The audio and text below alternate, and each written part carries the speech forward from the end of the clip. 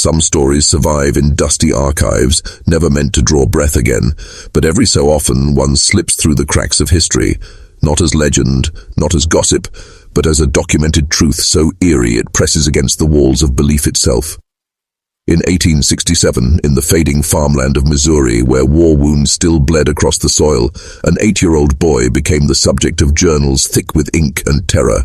His name was Timothy Caldwell, and no physician, no sheriff, no grieving family could make sense of what they were seeing. Some children inspire hope, others, laughter. This child inspired only suspicion, dread, and eventually fear so profound it reshaped an entire community. If evil wears many faces, Timothy's wore one of heartbreaking innocence. What follows isn't mere rumor. It isn't an embellished ghost story whispered around campfires. It is a record painstakingly preserved by one doctor who came to believe he was watching the rise of something unprecedented.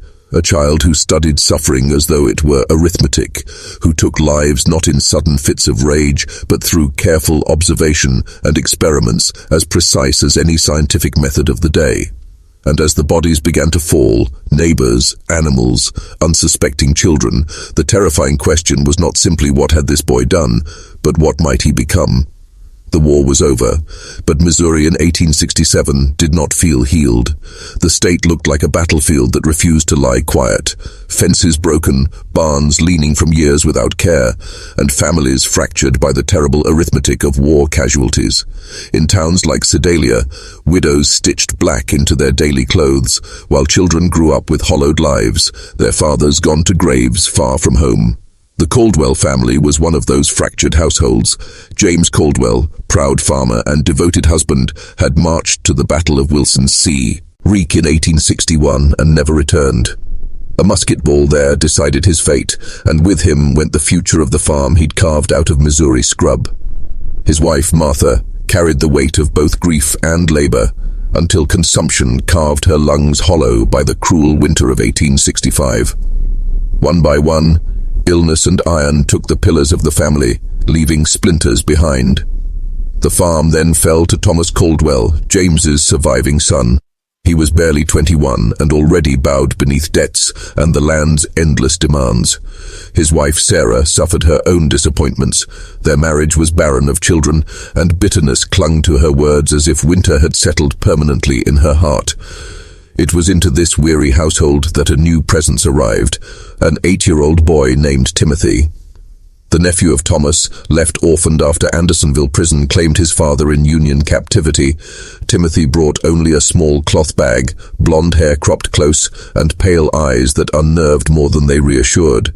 The community expected the boy would bring life to the farm, strong hands for work, a child's laughter to soften its hardened corners. But when the boy crossed the threshold of the Caldwell home in 1866, something colder came with him, and before long, neighbors would whisper that the farm had inherited not help, but a specter. Even in those earliest months, Timothy seemed strange to those who watched him. He was polite to the point of unsettling, always bowing his head, saying, "Yes, sir," "Yes, ma'am," never once speaking out of turn. He never fought against chores, never wept from punishment, never muttered complaint. Some parents would have killed for such obedience. Sarah Caldwell, his aunt, at first felt pride, until she realized it wasn't obedience born of respect. It was performance. A stillness too perfect. The behavior of a boy, always watching, always absorbing, as if studying what expression or tone would win him approval. Dr. Samuel Harding, Sedalia's single-trained physician, met Timothy not long after. Harding was no stranger to death or wounded souls. He had stitched battlefields and studied suffering as only war physicians could, but when Timothy's pale gaze fixed upon him during what should have been an ordinary exchange, Harding's blood cooled. Years of diagnosing soldiers had taught him to trust his instincts, and his journals would later record the precise sensation, being observed with the same clinical eye with which he himself studied patients. Morrison, Henry, Johnson, he had seen hardened men dissect emotion, but never a child. And still, everyone told themselves they were imagining it. After all, the boy was working dutifully on his uncle's farm. He was quiet, well-behaved, respectful. For every tingling of discomfort, reason supplied a soothing answer. Until the animals noticed. Mrs. Eleanor Patterson, living on the neighboring property, had chickens that always darted squawking when Timothy passed. Horses shifted nervously, ears pinned whenever the boy came too near. "They sense something wrong, Samuel," she told her husband uneasily one night, watching from their porch as Timothy plowed field rows with tireless devotion. "A boy that works from sunup to sundown without once breaking to play ain't natural. Animals feel what we don't let ourselves admit." It would take death to prove her right. The summer of 1866 sat thick over Sedalia County. It was the kind of Missouri heat that pressed like a second skin, the air heavy with insects, fields humming with life. Children waded barefoot in creeks, taking relief where they could find it. No one thought twice about little Mary Fletcher running off near Willow Creek to dip her toes. That shallow ribbon of water was a playmate to every child for miles. Mary was 5 years old with laughter that carried like wind chimes. Her father was the town blacksmith, her family sturdy and well-regarded, to those who remember her. She was the kind of child who skipped before she walked, who tilted her head curiously at everything that glittered. On that August evening, Mary did not come home to supper. Her mother called first with a gentle coax, then with sharper fear creeping into her voice. Chairs remained empty, bowls of beans cooled.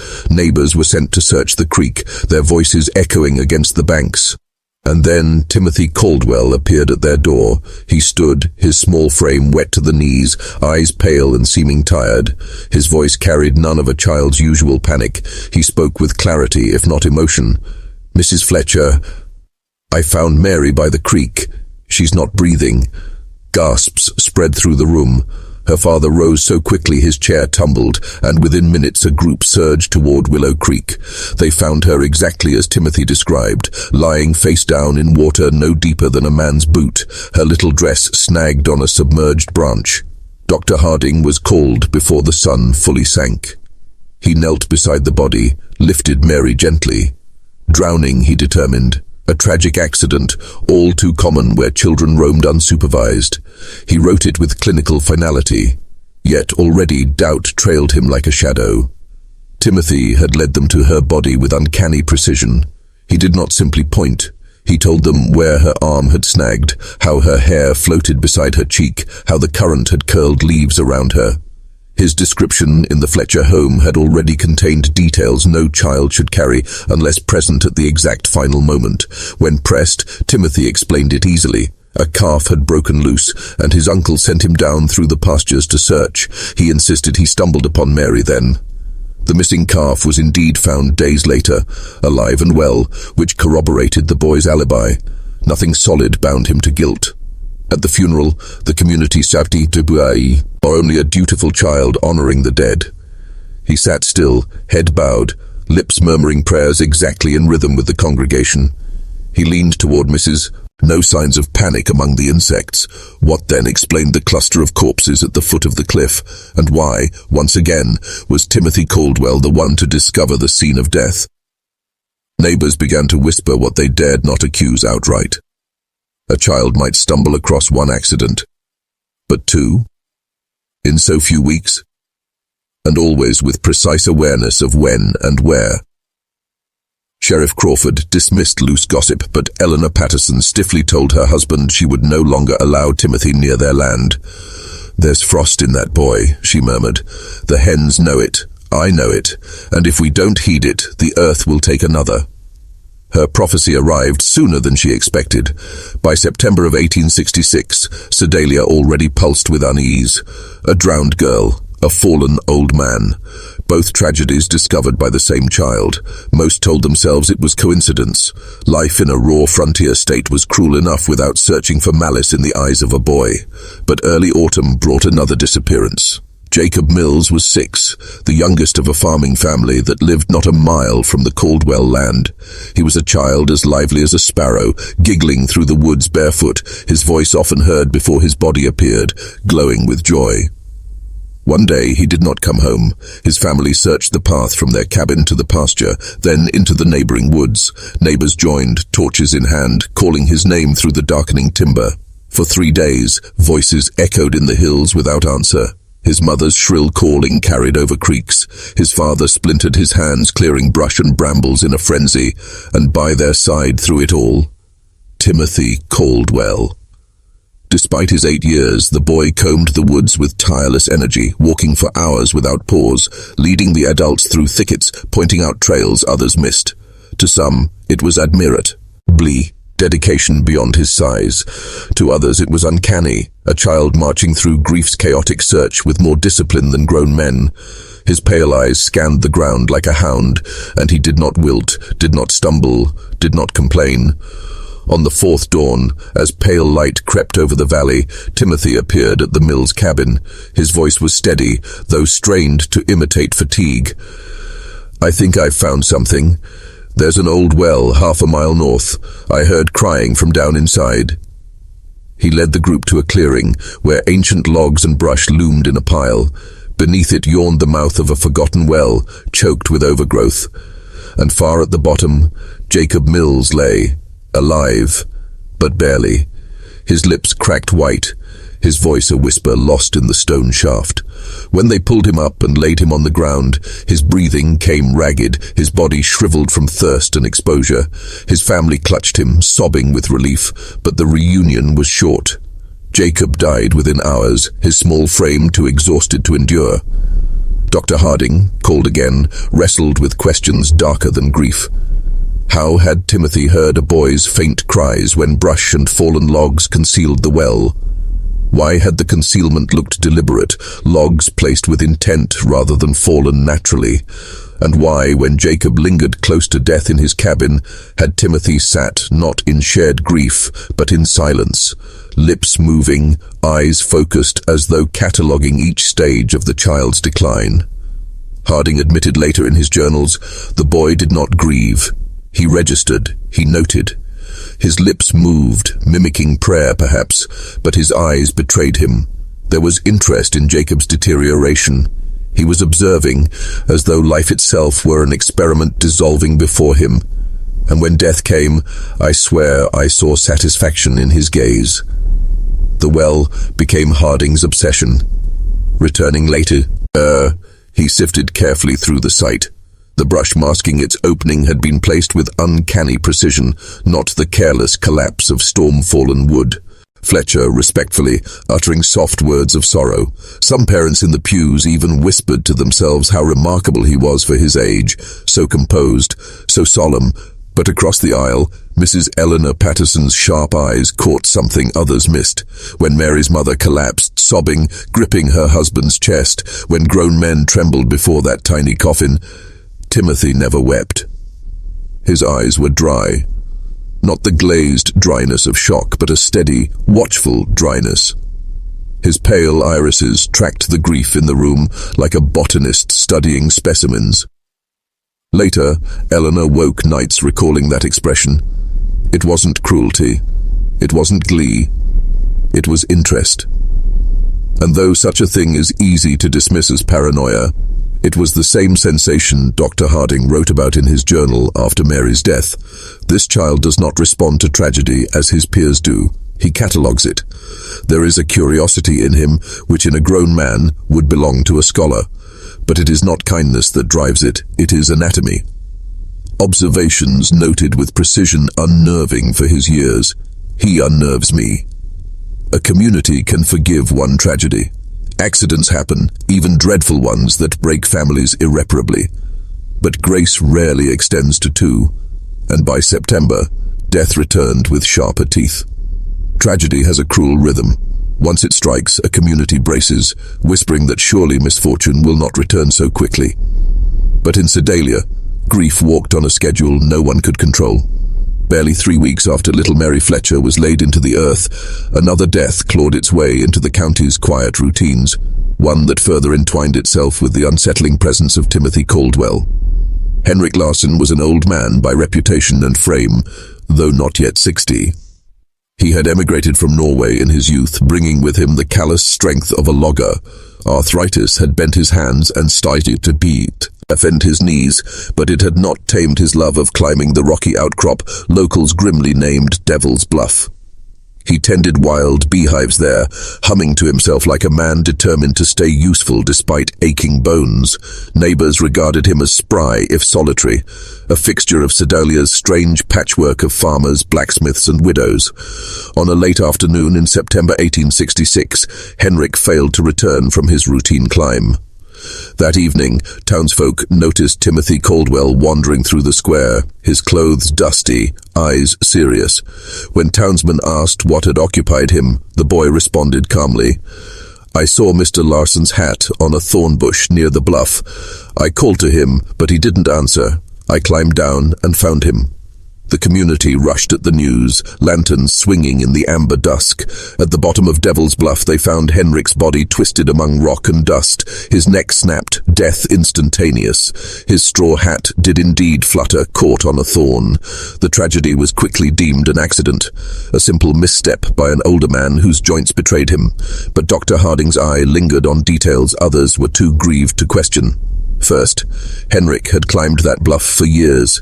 He moved across its edges like an old goat, never once slipping. Second, the scatter of dead bees around his body, dozens lying in unnatural numbers far from any hive.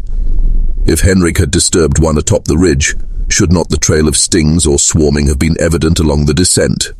Yet his body bore no marks, only the clean fracture of his neck. When asked, Timothy had a ready explanation. "Maybe the bees swarmed him," he suggested, voice polite, tone matter-of-fact. "He always said they get angry if disturbed. Perhaps they confused him until he fell." Logical on the surface, disturbingly logical for a boy of 8. Yet when Harding climbed to examine the hive, the next day he found them whole, undisturbed, quietly buzzing in the September bloom. No aggression. Whoever arranged it wanted it hidden, but not erased. Hidden just so that only one who knew its place could find it. If Timothy had stumbled across Jacob, it was an extraordinary miracle. If he had known exactly where Jacob lay, then the miracle was nothing of the sort. It was design. After Mary Fletcher's accident, Sedalia mourned. After Henrik Larsson's fall, it whispered. But after Jacob Mills' slow death in the cold darkness of that well, the whispers turned to fear. And fear has a way of hollowing a community. Doors closed earlier. Mothers drew children close. And Timothy Caldwell lived among them still, smiling politely, working fields by day, sitting in church by Sunday, studying, always studying. But Dr. Harding knew now. Accident had no place here.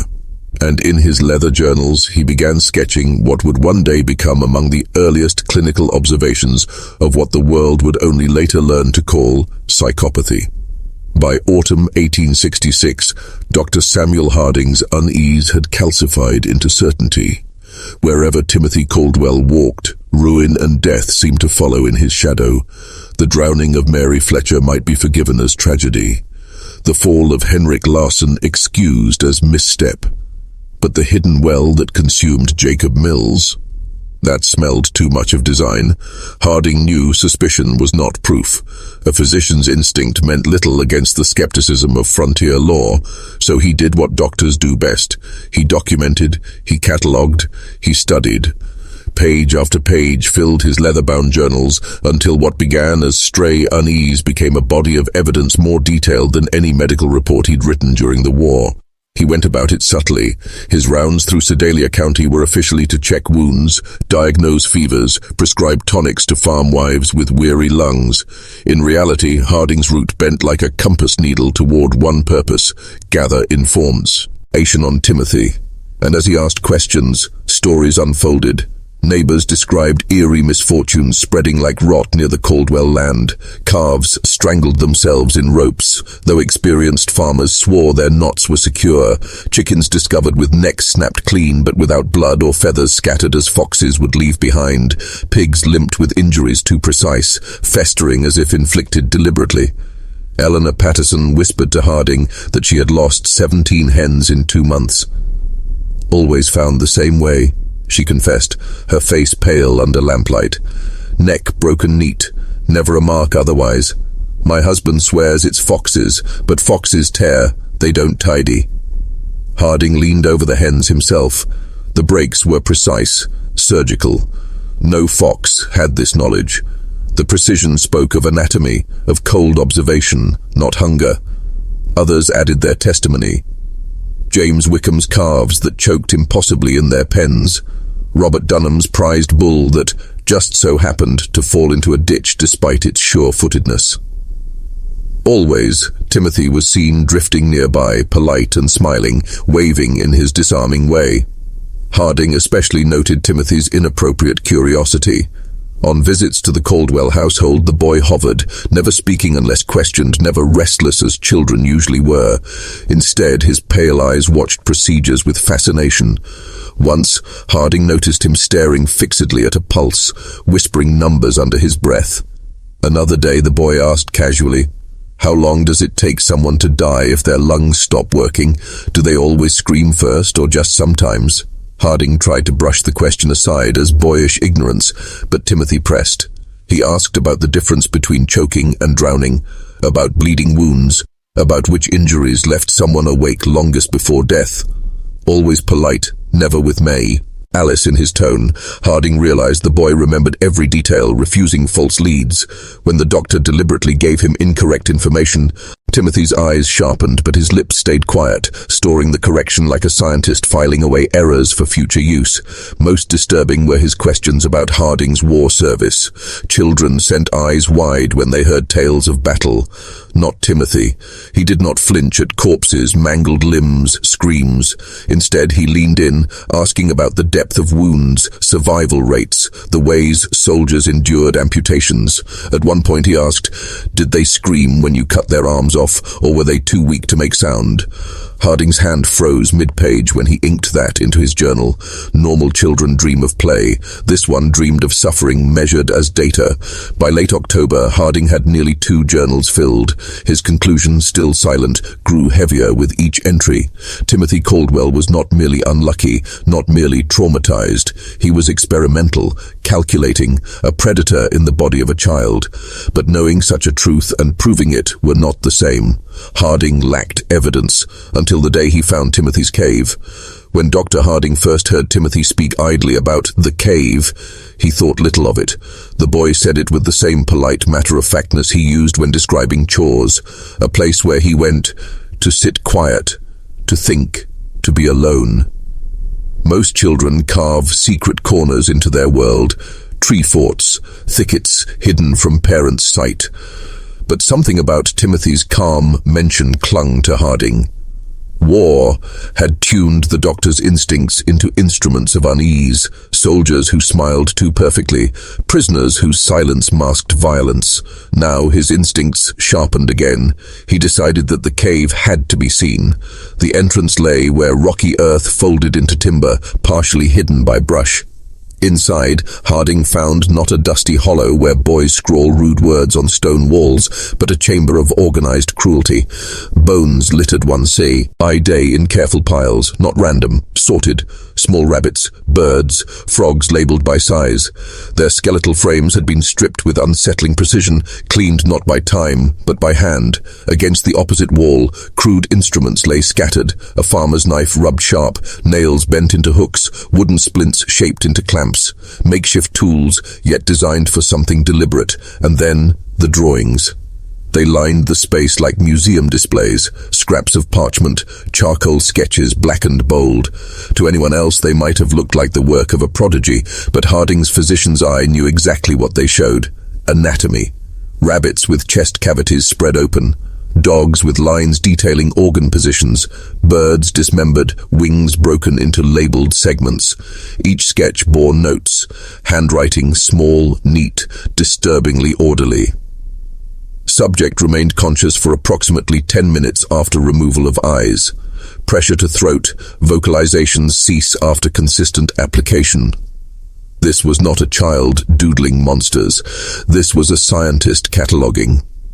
Timothy's careful loops and numbers betrayed no childish rashness. Every word was cold observation. How long it took an animal to die, what reactions proved more useful.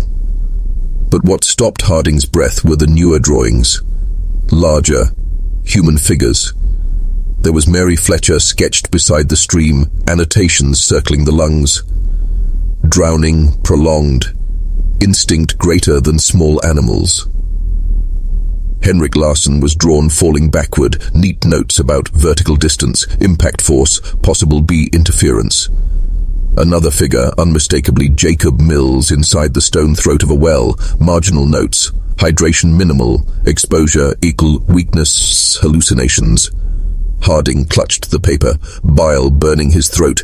This was no collection by chance. The tragedies were no tragedies. Timothy had recorded planned them. No less systematically than a doctor planning a series of tests. He pressed deeper into the cave, trembling lantern light stretching shadows over walls. At the back he found one more set of sketches, never finished but more harrowing still. Drawings of adults, figures bent, tied, wounded. The margin notes described control subjects and untested variables for endurance. These papers weren't play. They were designs for experiments David had yet to try. Harding left the cave sickened, heart pounding. In his journal that night he scrawled with an unsteady hand. Not accident, not coincidence, deliberate, planned with calculation far beyond his years. Small animals to large farm beasts to children. Children will not be the last. He escalates as one builds steps on a ladder, and at the top lies nothing but us. Harding faced then an impossible truth. Timothy Caldwell was not simply unusual. He was methodical, remorseless, and still evolving. Every step, from drowned playmates to strangled hens, was practice. Every practice pointed to refinement, and the refinement ultimately pointed toward people closest to him. The boy wanted a family, not for comfort, but for control. By November of 1866, Dr. Harding had filled nearly 2 complete journals with evidence sharper than hearsay could ever hope to be. His suspicion had become certainty, yet certainty was not protection. He knew the community would not believe him, not without a body, not without a blade in Timothy's hand. The idea that a child could be a calculating predator challenged everything people clung to about childhood innocence. Then came the turning point. Thomas Caldwell, Timothy's uncle, threw his back out during the harvest. He lay bedridden, his muscles spasming, unable to work. This gave Harding perfect access. Each day he visited under the guise of pain management, checking vitals, administering laudanum. And each day he watched Timothy. The boy lingered as always, but now his questions gained edge. When someone breathes too shallow, how long so is before the heart gives up? Do broken bones make death faster, or only slower? Always delivered politely, always just within range of plausible innocence. Harding leaned closer, test probing with purpose, and finally Timothy slipped. One afternoon, with his uncle asleep in the next room, Timothy admitted that he had experiments. Animals at first, then larger things. He spoke of patterns, timings, causes. His blue eyes flicked across Harding's face for reaction, cool as steel. Each word was a confession, or perhaps a warning. Harding pressed further. Where? With what? Timothy mentioned the cave casually, as though it were nothing. Harding knew instantly that discovery had not been chance. It had been bait. The boy wanted him to know. The following week, Harding made his plan. Quietly, without accomplice, he confronted Timothy as the boy worked by the pasture with rope in hand. The exchange was burned into Harding's journal forever. I told him I had seen his notebooks, his sketches, his tools, the truth. Timothy did not panic. He did not deny. He lifted his pale eyes and for the first time smiled. A strange, shallow smile, genuine in a way Harding had never seen. "You won't tell anyone?" he said softly, not as a question, as a statement. "Why wouldn't I?" Harding asked, despite his blood thinning. "Because no one will believe you," Timothy replied, "and because you want to see what I'll do next." In those words lay the genius and the peril of him. He had not only mapped Harding's moral doubts, but also his curiosity. The doctor wanted to understand, to study as Timothy studied, and Timothy knew it. Then the child revealed his aim. His Aunt Sarah, his Uncle Thomas, they were too near, too trusting. "I need to find out what happens," Timothy told him, "when you hurt someone who trusts you completely, someone who never sees it coming until it's too late." Harding returned that night fevered, frantic with fear. He knew the clock was set. A predator who had escalated so carefully would not delay once he had chosen new prey. His plan was not only murder but experiment, timed, measured, logged. Harding wrote late into the candle hours, praying his pen might keep the couple alive by morning. The following dawn, Harding returned with Sheriff Crawford's men concealed across the property. Crawford, hardened by war, trusted Harding enough to act even on words unthinkable. They waited for Timothy to attempt his design. Inside the farmhouse, a terrible quiet already held sway. No morning clatter of hens, no grunts of pigs from the pens. Silence, too perfect. Timothy appeared in the doorway before Harding even dismounted his buggy, his hands scrubbed raw, sleeves rolled, the air of someone waiting. His greeting was polite as ever. "Good morning, Doctor. I've been waiting for you." That single sentence chilled Harding more than any discovered bone. It was anticipation, preparedness. Timothy expected him, counted on him as though the doctor were another tool in his study. Inside, Thomas and Sarah Caldwell lay on their bed, breathing shallow, skin pallid. Their unconsciousness was not natural rest. Harding knew immediately they had been drugged, weak but alive. "What did you give them?" he demanded. Timothy's answer was poised, casual. "Just some herbs. Nature grows interesting things." Then he revealed the game. For the next hour he spoke freely in Harding's company, dragging tools, knives from the kitchen, heavy candlesticks, cut rope, and arranging them with surgical neatness. His words were delivered as if he were lecturing in a classroom about dissection. He recounted exactly how he held Mary Fletcher underwater, the way bubbles stopped at minute 3. He detailed loosening stones on Devil's Bluff, the bag of bees he released over Henrik Larsson's face to drive him backward. He described luring Jacob Mills with promises of raccoons, lowering him into the well, prolonging his death with sips of water given daily. Each account was clear, cold, disturbingly devoid of boasting. Not triumph, but explanation, like Harding explaining anatomy to medical students. And finally, Timothy laid bare his ultimate design. "You, Dr. Harding, you understand what I am. That makes you the ideal subject. I want to see how someone who knows the truth behaves when death hovers over everyone he cares to save. Do you fight? Do you run? Do you sacrifice?" Harding's hand closed over the Navy Colt in his bag. With voice steady against the gallop of his heart, he ordered, "Step away from the knives." Any normal child would have retreated. Timothy only tilted his head curiously. "That pistol holds 6 bullets, doesn't it? But there are 6 people you'd want to protect. Yourself, my uncle, my aunt, and the 3 men outside. Even if you shoot me, what then?" He advanced, knife in hand, his small body alive with speed and calculation. Harding barely pulled the trigger in time to shout before Sheriff Crawford and his deputies stormed the door. Rope and steel pinned the boy down at last, thrashing but not screaming. When his pale eyes fixed up at Harding, they were not afraid. They were almost amused. "You can't prove anything," Timothy whispered as they bound his arms. "A child cannot do what you think I've done. They'll never believe you." Harding's hands shook, but his words cut fierce. "No, Timothy, they will believe me now, because I have seen your eyes when you smile." The confrontation at the Caldwell farmhouse should have ended the nightmare. 3 deputies had witnessed Timothy, knife in hand, closing on his unconscious relatives. Dr. Harding had his cave sketches, his journals, his testimony. Rope bound the boy, binding, it seemed, the darkness that had coiled through Sedalia for months. But evil does not unspool so easily. In 1867 Missouri, no court could fathom placing an EIG, 80-year-old child in the dock as a calculating murderer. The law itself had not been built to handle such a possibility. It was written on the assumption that youth was a shield against true responsibility. Children, the court said, were clay in the hands of circumstance, malleable, formative, innocent by default. If they strayed, it was because crooked guardians had twisted them, or grief had snapped the tender shoots of their hearts. The very notion that corruption could be innate, that a child might gaze upon the world without empathy, was to them unscientific and unchristian alike.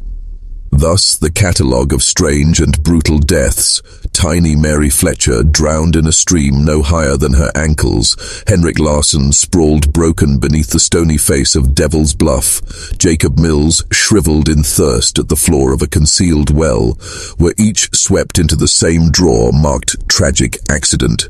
Could suspicion darken brows? Yes. Could evidence pierce the blindfold of Lady Justice? No. Even Timothy's journals, those unnerving sketches of fractured bones and annotated lungs, were dismissed in sympathetic tones. The scribblings of a traumatized orphan, his innocent mind poisoned by loss and sharpened by grief. But what could not be washed away by pity was the incident deputies had witnessed with their own eyes. Thomas and Sarah Caldwell, lying helpless under the haze of Timothy's herbs, had been subject to a boy whose hands moved not in play, not in mischief, but with the cold certainty of one who knows how to end life. Deputies swore under oath that Timothy had advanced on his aunt, rope taut between his small fists, ready to draw it tight. No doctrine of childhood innocence could untangle that scene. The performance of grief may be faked, the coincidences reinterpreted, but witnesses who saw the rope stretched across a woman's throat could not be argued into silence.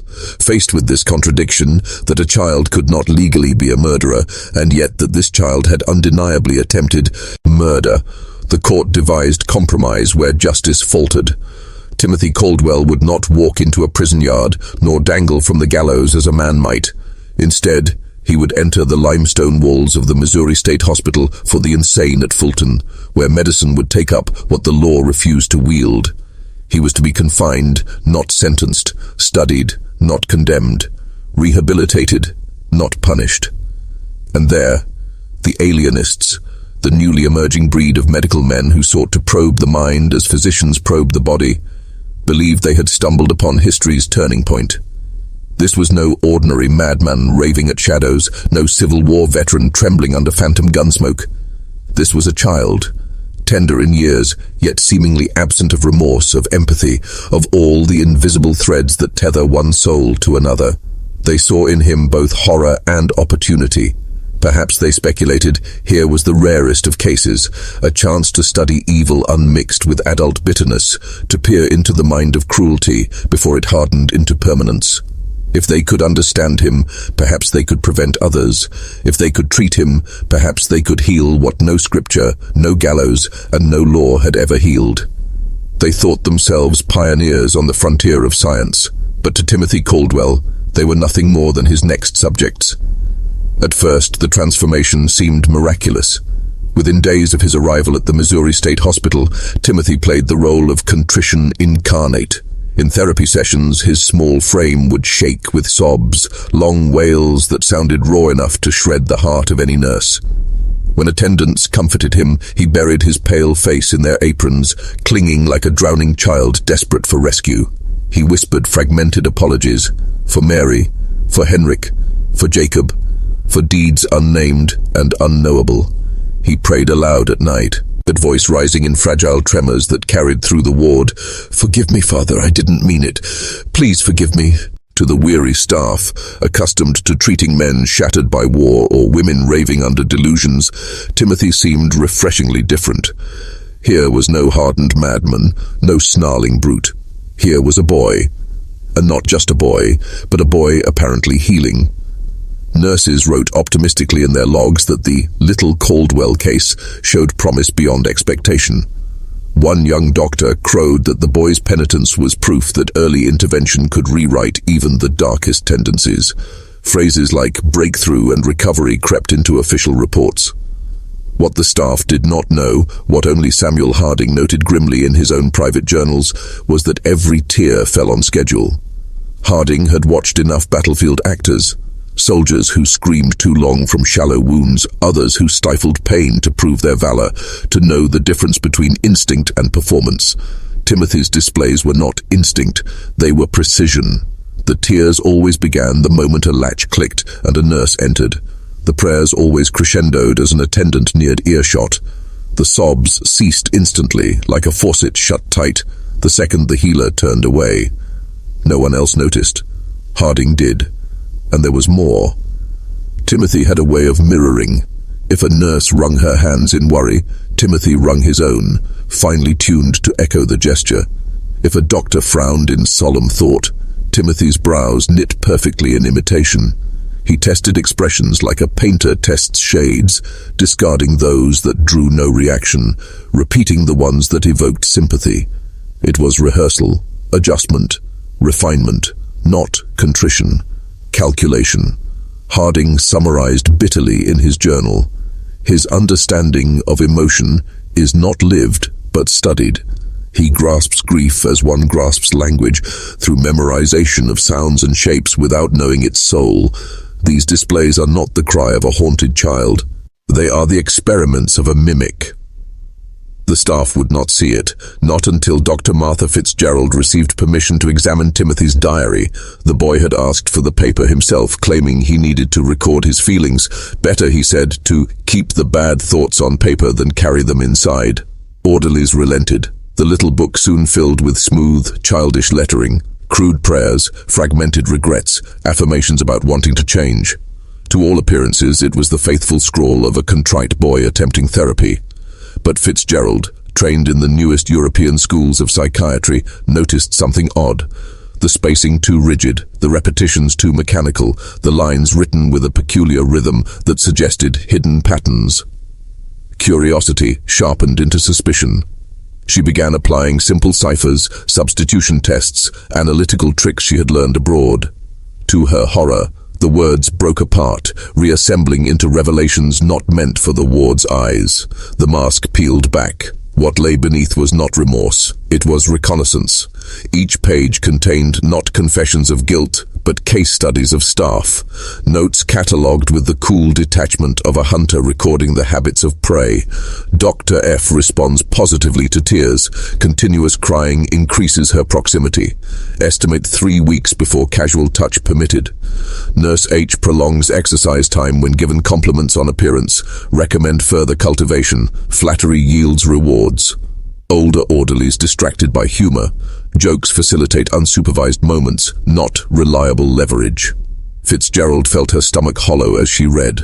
What others mistook for a child's prayers were nothing less than strategic observations, the breakdown of emotional cause and effect, as though Timothy were dissecting not animals, but the humans tasked with caring for him. The revelation shattered too, the illusion. Timothy was not a broken boy struggling upward. He was a creature evolving, refining his deception through practice. Every apology had been a rehearsal, every smile a trial run at manipulation, every tear a thread in a performance stitched tighter each day. The staff had not been healers. They were unwitting participants in his great experiment. As Harding wrote with chilling finality, "He is no patient in recovery. He is rehearsal made flesh. What he analyzes, he will perfect. What he perfects, he will deploy. This child is not healing. He is sharpening." Unexplained incidents began to mark the ward where Timothy resided, subtle at first, then impossible to ignore. The first was dismissed as coincidence. An elderly man, frail but stable, was found lifeless in his bed one morning. Natural causes, the record noted, a heart simply yielding as hearts often do in old age. But for Samuel Harding, the detail etched itself into suspicion. Only 2 days earlier, Harding had walked the ward and found Timothy seated quietly on the man's stool, speaking to him in a tone too calm for a child. The old man had looked shaken afterwards, pale in a way Harding could not name. Weeks later, 2 more deaths followed, always the same. Elders not yet infirm enough for sudden demise, expiring without struggle, and always Timothy had been seen at their bedsides in the days just before. Coincidence again? Officially, yes. But the pattern began to gnaw like insects at Harding's conviction. Everywhere the boy lingered, life withered just after. The younger patients fared little better. One broke his arm in a fall along a hall where the light streamed dim and the tile was slick with moisture. Another tumbled down a set of internal steps, teeth shattered, jaw broken, his body discovered crumpled where orderlies swore they had passed not long before. And in each case, witnesses swore they had seen Timothy in those same corridors earlier. Small, polite, drifting like a shadow. Not caught acting, never seen. Pushing, never accused outright, but proximity is its own kind of fingerprint. Whispers began among the nurses after that, first murmurs, then confessions in frightened tones late at night. Several claimed that they awoke to a presence looming near their narrow cots, heavy as breath in their throats. Opening their eyes, they found Timothy silently standing over them, his pale blue gaze fixed, unflinching, studying. No words spoken, no hands raised. Simply observation, drawn out for minutes until the rattled nurses cried for help, at which point Timothy slipped away, feigning sleep when orderlies came. The dreams were worse. Nurses wrote of nightmares in which Timothy's face appeared inches from their own, his voice instructing them to breathe slower, to lie still, to let go. Some reported that these visions felt not like dreams at all, but like intrusions, as though the boy had bent his watching into their unconsciousness itself. Whether waking or dreaming, he haunted them. The ward's air grew heavy, its staff anxious and restless. A child was supposed to be a patient, but Timothy had become the ward's overseer, not by strength, but by that cold, obsessive presence that unraveled even trained caretakers. Harding's journals reflected the growing tension in frantic scrawl. We are not curing him, we are feeding him.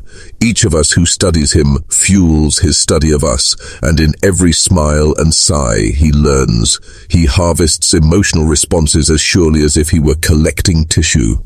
His days here are not imprisonment, they are apprenticeship. I tremble at the thought of what he will become when time grants him size, strength, mobility. In him grows the shape of a predator I scarcely dare imagine. An apex not of tooth and claw, but of calculation without restraint. By now, it was no longer the patients or the doctors who studied Timothy. It was Timothy who studied the entire asylum, mastering it brick by brick, face by face. The Missouri State Hospital believed it housed him. In truth, it had become his laboratory. By the summer of 1868, a year and a half after his confinement, the Fulton staff convinced themselves they had Timothy contained. To the nurses, he was no longer a dangerous case, but a delicate child making progress. Guards still marched at his side during transfers, yes, but even they let their vigilance ease. After all, what harm could a quiet, thin boy do against iron gates and men with keys? So it was perhaps fitting, or perhaps cruel, that his vanishing began with something seemingly routine, a transfer between two buildings. 2 armed guards present, daylight high, accountability written in the ledger. Timothy stepped out with them when the bell rang, but when the party reached the door across the courtyard, only the guards remained. The boy had dissolved from their grasp like mist. The institution froze in disbelief. Doors had not been forced, windows had not been broken, keys jingled still on belts, and Timothy had left nothing behind. No open lock, no sprint through courtyards, no screams of pursuit. He was there, and then he was not. The official report, written stiffly in the language of embarrassed bureaucracy, framed it as a lapse in procedure. Perhaps they suggested a door had been left ajar, a guard distracted, the fault of human error, not of patient cunning. But Harding dismissed such explanations. He had lived too long under Timothy's gaze to accept incompetence as truth. To him, the boy's disappearance was not accident but design, months of design. He remembered the gradual erosion of rules. Timothy being permitted longer walks outside, accompanied by a single nurse instead of 2. The allowance of additional exercise to let him expend excess energy. The approval of more reading material to aid rehabilitation. Minor concessions, individually harmless, collectively corrosive, each one secured through flattery, mimicry, or carefully aged remorse, each one seemingly benign. Together they laid rails on which an escape could glide. Timothy had not run blindly into the open. He had not risked force or noise. He had waited meticulously until the rhythm of Fulton's procedures matched the rhythm he required. He had prepared not a week, not a month, but an entire campaign. And when every tick of the clock swung to his favor, he stepped forward and disappeared into the world, leaving behind only bewilderment and bitter shame. Harding's journal captures the despair with unnerving clarity. He understood this hospital better than the men who designed its corridors. The guards with their keys, the doors with their locks, the doctors with their routine. He knew them as surely as one knows the back of one's hand. Each sigh, each mercy, each distraction, each gesture of trust he studied and stored away until the architecture of escape was drawn perfectly in his mind. His disappearance was not an accident of negligence. It was a performance brought to final act, an execution of design. And when the ward's alarm finally screamed, when the staff scurried like ants through empty corridors, Harding knew the truth. Timothy had not fled in fear. He had left as calmly as he had ever entered a room, slipping into a world he had been preparing for since his first experiment. In the months following Timothy Caldwell's disappearance from the Missouri State Hospital, silence descended heavier than any manhunt. Sedalia did not cry for search parties, nor did the county print broadsides with his lost face. The relief was too sharp, the unease too raw. His name was spoken aloud, less and less, a hush spreading like a spell. To say it was to invite him back. Better to behave as if the boy had never existed at all. Neighbors who had buried their children wanted no mention of him. Grieving mothers collapsed if reminded of Pine. The blue eyes. Farmers who had lost livestock swore at county fairs that it had been foxes, weasels, disease. Anything but the strange, polite child they once waved to over their fences. In Sedalia, memory was buried as deliberately as a coffin lowered into earth. His name became a shadow. And yet, outside that silence, whispers began. Across the Midwest, strange accidents dotted the map, like drops of black ink seeping from a hidden center. In a Kansas township, a farmer was found trampled to death, though neighbors swore his horse had never spooked in all its years. In Illinois, a tow-headed teenager was spotted pulling another boy from the edge of a creek. Townsfolk praised his bravery, until the rescued child disappeared the following week. And always, in the background of barns and farmyards, the telltale sign, chickens, necks broken precisely, too cleanly for predator or chance, their deaths multiplying like signatures written across counties. None of these incidents bore Timothy Caldwell's name. No court tied them together. But to the few who remembered Sedalia's secret, the coincidences blazed like signal fires, leading back to the pale-eyed boy whose shadow once stretched across Missouri fields. Dr. Samuel Harding followed these reports like a hound chasing phantoms. He filled journal after journal with clippings, letters, statements from grieving families who believed they were cursed by accidents too tidy for nature. To others, Harding's obsession seemed proof he had been broken by the war, chasing ghosts out of guilt. But Harding saw the invisible thread, pulling taut from fresh graves across the prairies back to the boy he had once bound in rope and watched smile through bloodied lips. In 1891, Harding died with his journals beside him, pages stacked like gravestones of testimony. He never laid eyes on Timothy again, never found proof solid enough to silence doubters. But his last entry, written in a hand trembling but certain, did not waver. Timothy Caldwell is no aberration. He is prototype. He is foundation.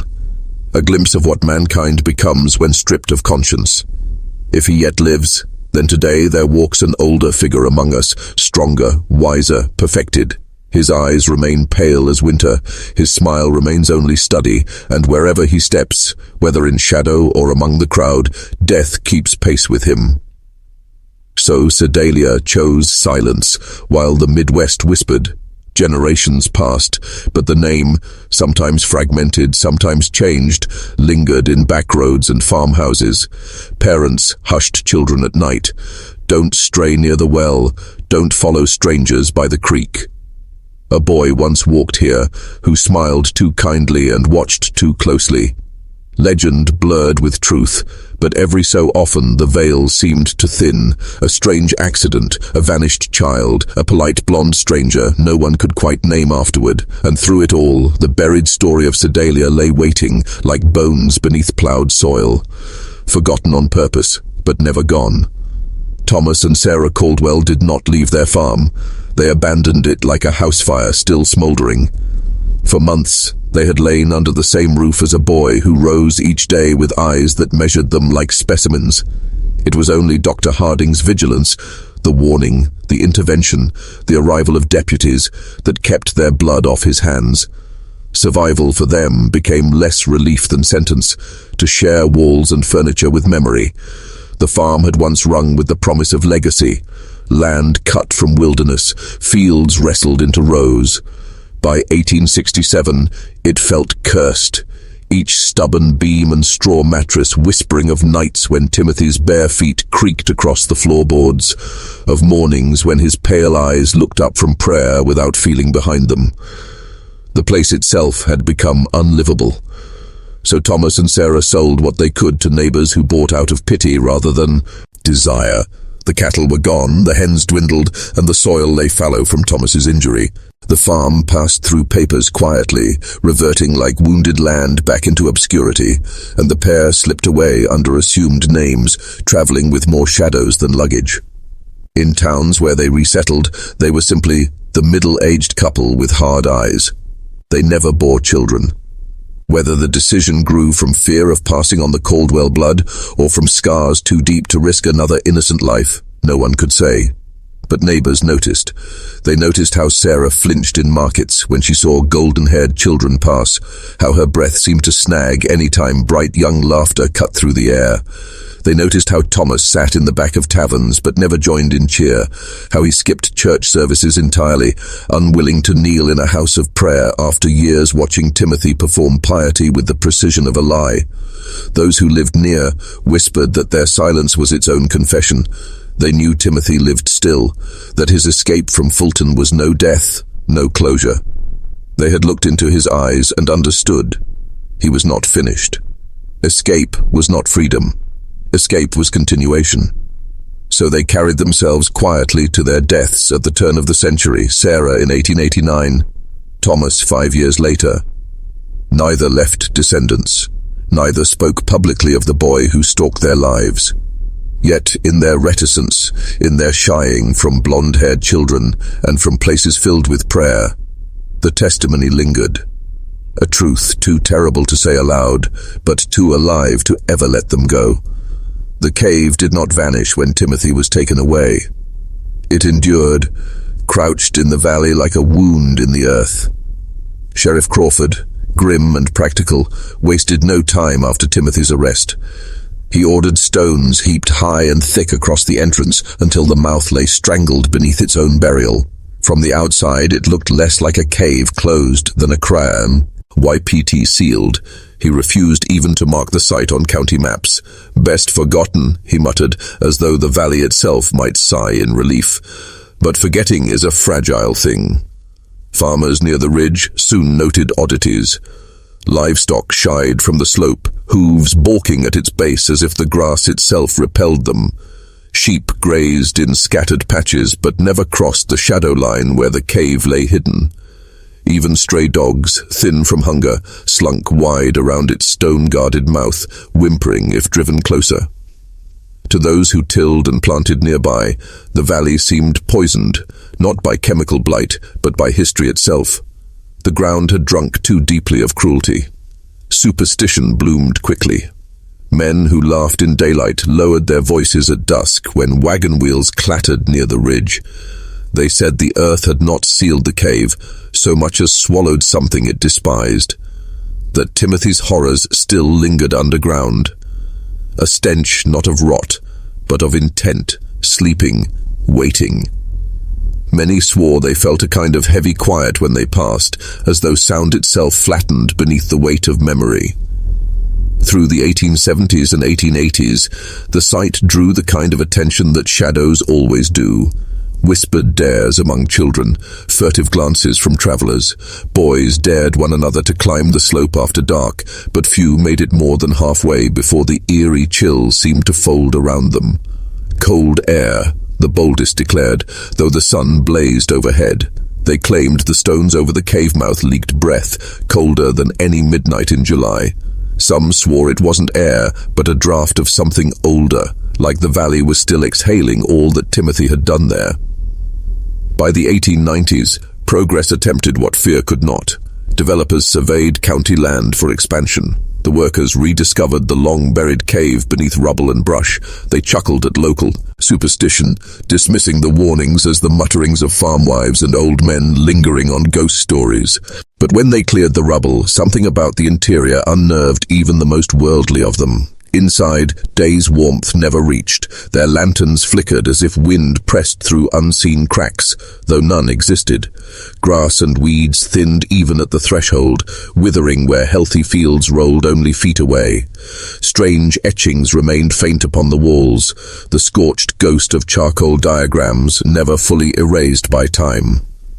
One man claimed he heard scuffling inside, like scratching echoing out of stone, though no animals stirred within. The legends only grew. Parents warned their children not to wander near the ridge, lest the cold breath seep into them. Young men dared one another to touch the sealed rocks at night, then ran in fright when even their horses grew restless nearby. Over years, the cave ceased to be a place. It became a reminder, not of Timothy Caldwell alone, but of the inescapable truth that some wounds cannot be filled with stone, nor farms replanted, nor names forgotten. In that sealed chamber lay not only the bones of animals and the sketches of cruelty, but the echo of intent, the mark left when a child studies suffering and carves it into earth itself. When Dr. Harding died in 1891, his leather-bound journals were stacked to the rafters of his study, volumes inked in a hand that grew more frantic year by year.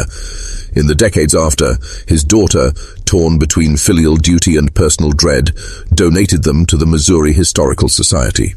To her, they were not sentimental relics but documents too dangerous to leave in a drawer. "If Father's work must haunt anyone," she said, "let it be scholars, not family." Even the archivists who first unwrapped the brittle bindings wrote in private notes of their unease. They had catalogued battle reports, sanitarium records, letters of widows. None churned their stomach like Harding's volume. Mez. One feels spied upon even while reading them, one curator admitted. The pages are preserved to this day, stitched into the archives not as folklore, but as science, big case studies decades ahead of their time. They are among the earliest written documents approaching what the 20th century would finally name psychopathy. Harding had not used the word, for it did not yet exist in his lexicon, but his descriptions came chillingly close. The subject is without natural conscience. Where others recoil at suffering, he registers interest. The boy demonstrates mimicry so exact that only prolonged surveillance unmasks the artifice. It is not sincerity that allows him to endure. It is performance. I believe his survival depends not on strength of arm, but on deception's precision. He understands that most people desperately want to believe in innocence. He offers them this mask until they surrender. Perhaps most haunting was the clarity of Harding's dual voice. Clinical at one moment, personal dread bleeding through the next. His journals read like medical case files scrawled over by a man chasing a shadow that refused to stay caged. In Timothy, Harding wrote in a final entry, the boundary between patient and predator collapses. To study him is to surrender to him. I fear we gave him not treatment, but training, and if he carries this veneer into adulthood, we will have created not a reformed child, but a perfected deceiver. Future generations of psychiatrists would cite Harding's pages as precursors to modern understandings of deceptive antisocial behavior. But archivists, historians, and even criminologists who handled the journals confessed afterward to something stranger. They felt watched while reading them, as though Timothy's pale gaze had seeped through Harding's ink to linger over their shoulders. After Timothy vanished from the hospital in 1868, Hake's odd fact quickly unraveled into rumor, and rumor into legend. Strange accidents and disappearances began dotting the Midwest. Too scattered to stitch together formally, yet eerily threaded by pattern. In Iowa, a farmer was discovered trampled flat in his own field, his faithful horse the only witness. Neighbors swore that the animal had never spooked in all its years, yet the corral rang with frantic whinnies the morning of his death. In rural Kansas, a boy was said to have been saved by a teenage stranger who pulled him from the shallows of a creek where he'd nearly slipped. The stranger was blonde, polite, studious looking, as folks described him. The rescued child returned home alive, pale but shaken. A week later, he vanished entirely, last seen heading back toward the water, following some new friend no one else recognized. And across townships and farmsteads, the quieter evidence multiplied. Hens found dead by morning, necks snapped precisely, calves somehow strangled in ropes that had never been touched, pigs discovered lamed or deliberately wounded. Each time the pattern echoed Sedalia, and each time the whispers grew. The communities never said his name formally in court documents or newspapers, but around firelight and over supper tables, a label emerged. The boy science couldn't explain. By the 1870s, Timothy belonged less to legal records than to oral warning. He slipped into the Midwest imagination like a specter, mothers scolded children lingering too near creeks at dusk. Get inside. Do you want Timothy to come find you? Little ones eyed their reflections in still ponds warily, half believing pale eyes might open beneath the surface. Fathers muttered around whiskey bottles, voices lowered not in conviction but in unease. Maybe he's real, maybe he ain't, but best not to laugh about it. Skepticism was present, but thin, the sort that folded quickly into silence once shadows lengthened across farm walls. Timothy became less boy and more creature, a Midwest demon, dressed in a child's disguise. The unsettling part was not whether he was real, but that he looked ordinary. Folktales sprouted about his politeness. Always, "Yes, ma'am, yes, sir." Always a faint smile tugging at pale lips. It was said you'd only notice too late once you realized his questions cut too deep, lingering too long on injury, illness, or the ways things died. Generations of children learned to treat the story as warning. Don't wander alone. Don't linger at creeks. Don't follow polite strangers. And etched into those warnings was a strange truth. Timothy had become folklore precisely because he had been real. Fact had become legend, not because people invented him, but because they could not forget him. For scholars and storytellers alike, Timothy Caldwell eventually blurred into rumor. But for Samuel Harding, until his dying breath, Timothy was not myth, he was fact. A boy who had stood before him in flesh and blood, smiling with pale blue eyes, while mapping how a human body unravels. Harding had trusted his senses too often, while stitching soldiers back from death to dismiss them now. In his final entry, scrawled in 1891 by hands trembling more from memory than from age, Harding poured out words that echoed like prophecy. You may call him legend, but I do not. Timothy was born of flesh. He breathed. He calculated. He escaped. Whether he grew to manhood or perished unnamed, I cannot know. Yet if he lives, then somewhere he became the storm of which these years have only been the winds. And if men like him can be born once, they will be born again. They found Harding dead days later, his journals stacked neatly at his bedside like offerings, as though even in death he was warning the living. The boy was no fable. He was a glimpse of something possible in humanity, and it was that possibility, not the child alone, that haunted him into the grave. Sedalia carried on, but not unchanged. The town grew crops again, traded horses, welcomed the whistle of the railroad. Yet behind all daily business, a caution hummed. Families kept children closer at twilight. Doors were barred earlier. Whispers lingered like smoke at bedsides, tales unwritten in church registries, yet passed parent to child. The Caldwell name dissolved, its land parceled, its story locked away. Neighbors no longer spoke of them except in mutters, but the memory refused be Uriel. For Timothy's shadow had imprinted itself not only on soil but on people's habits, a dread inherited silently, like a family trait no one admits aloud. And so Missouri bore what no state welcomes, a question carved marrow deep. What was Timothy Caldwell truly? A boy unraveled by grief and war, or a being born hollow, conscience absent from the start? Did death take him, as it must take all men? Or did he vanish only to return as a quiet farmhand in another county, another name, watching livestock flinch and children step too close to water? The records end, testimonies scatter, Proof belongs to no one. What remains is more dangerous than evidence. It is possibility.